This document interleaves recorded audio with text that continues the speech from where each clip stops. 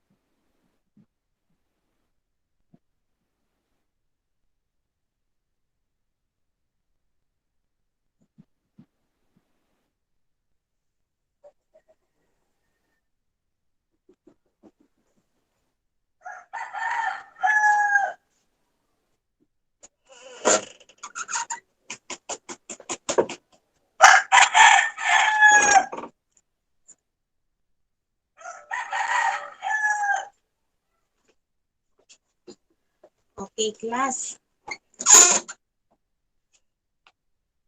Did you see a short video? Okay, I have a question. About the video that you have watched, what are animals, objects, fruits, and vegetables you saw on the video? Okay, very good. They have a monkey, a bird, a snake, book, pencil, ruler, apple, carrot, and pumpkin. Now, where is the monkey? Very good. The monkey is in the box. Where is the bird? Yes, the bird is on the tree. Where is the snake? The snake is under the rock. So, what are the words used to tell the position or place of the animals in the song? Very good. They use the words in, on, and under. Another. Where is the apple? The apple is in the box. Where is the carrot? The carrot is in the, where is the carrot?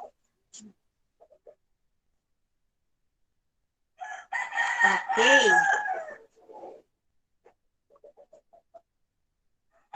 So, who can answer where is the carrot? Okay, the carrot is on the chair. How about the pumpkin? Very good. The pumpkin is what? Where is the pumpkin? Very good. The pumpkin is under the bench or the table.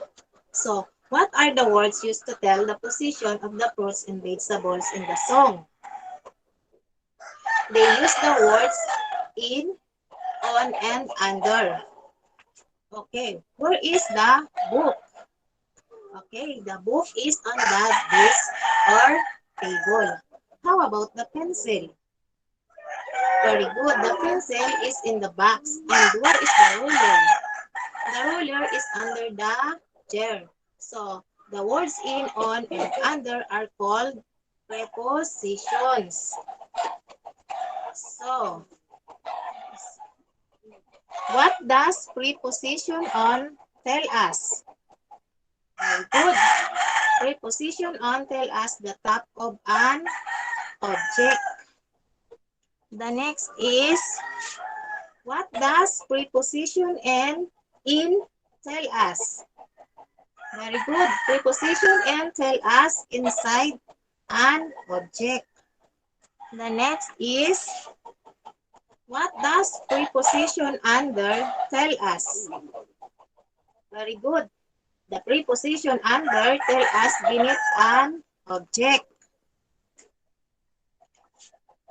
What do we call the words in, on, and under?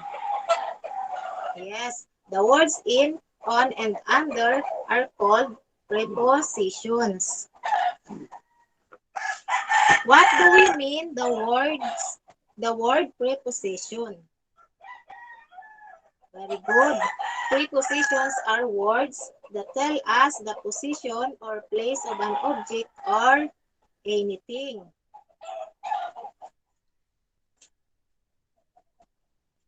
Okay. We have again an activity. You will study and choose the correct preposition. We have a picture here. Where is the cat? On the table, in the table, or under the table? Very good. The cat is on the table. The next is, where is the dog? Under the tree, in the tree, on the tree? The answer is under the tree. Okay, the dog is under the tree. The next is, where is the monkey? On the cage, in the cage, or under the cage? good. The monkey is in the cage. The next is, where is the fish? In the aquarium, on the aquarium, under the aquarium. Yes, the fish is in the aquarium. Next is, where is the raindrops? In the leaf, on the leaf, or under the leaf? Very good. The raindrops is on the leaf. Okay. I have another activity. We will study the picture and choose the correct preposition. Look at the picture and answer the flowchart. Number 1 is, the cat is blank the mat. Okay, the correct preposition is on. The cat is on the mat. The second is, the book is blank the bag. Yes, the book is in the bag. We use in. The next is, the ball is blank the table. The answer is under. Very good. The ball is under the table. Next, the flower vase is blank the table. Okay, the flower vase is on the table. And last, the snake blank the rock. Very good. The snake is under the rock. Next is, I have a group activity. Each group will draw that what is asked on the sentence. Whoever will finish first, they will earn a point. Understand? This is the activity of every group. This is the group 1.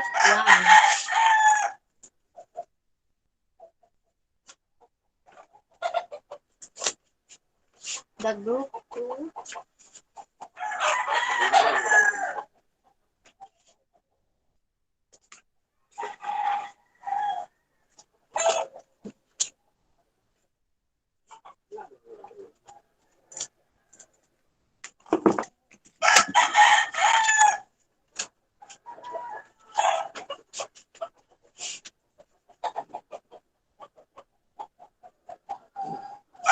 Okay, the activity that you're going to do by group 1 is match it.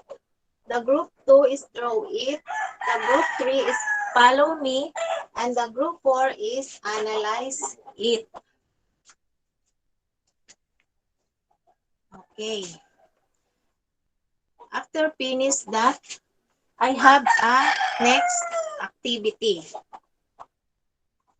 This is the activity. Joy likes animals. Draw listed things below to find Joy's pets. Okay. I need four volunteers for girls and 4 volunteers for boys.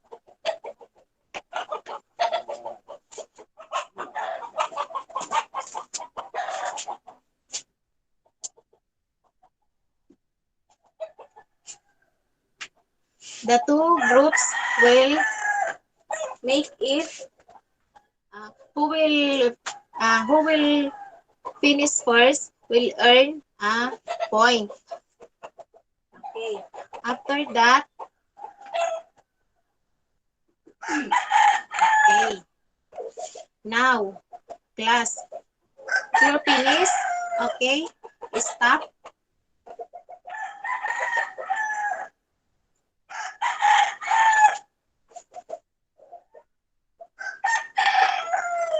Okay, class, let's go back to your proper seat. Based on the sentence on your activity, what prepositions are used in sentence 1? One piece in the pan. The sentence 2, the sentence 3, and the sentence 4. Very good. Sentence 1 use preposition in. The sentence 2 use the preposition under. And the sentence 3 use the preposition on. And the sentence 4 use the preposition on. Okay. How many fish are there in the pond? Very good. Okay. One fish. How many butterflies are there? How many butterflies are there on the flower?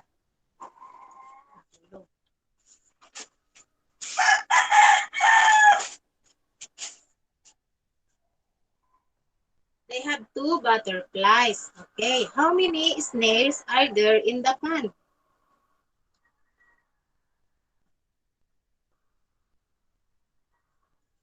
Okay. There are three snails. If you were Joy, what should you do to take care of your pets?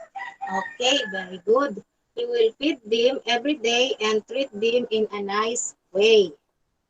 Now, class, what are the prepositions have you learned today?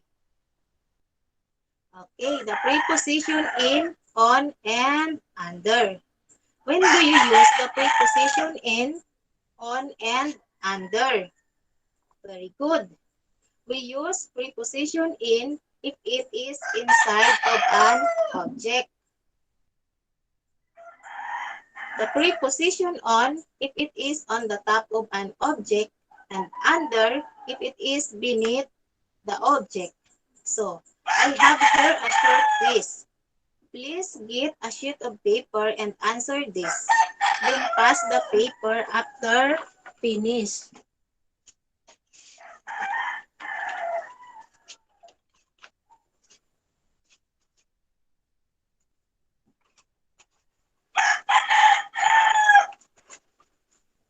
Okay, this is the short quiz. We're going to read carefully the sentence, then write the letter of the correct answer. This is only 1 to 5. After you finish, please pass your paper. And then, class, are you finished? Okay. Now, you have an assignment. Your assignment is answer page 309 to 310 of LM on your book. Okay, class. That's all. Thank you and goodbye. Goodbye, class. Bye, ma'am. Thank you po. Goodbye, ma'am.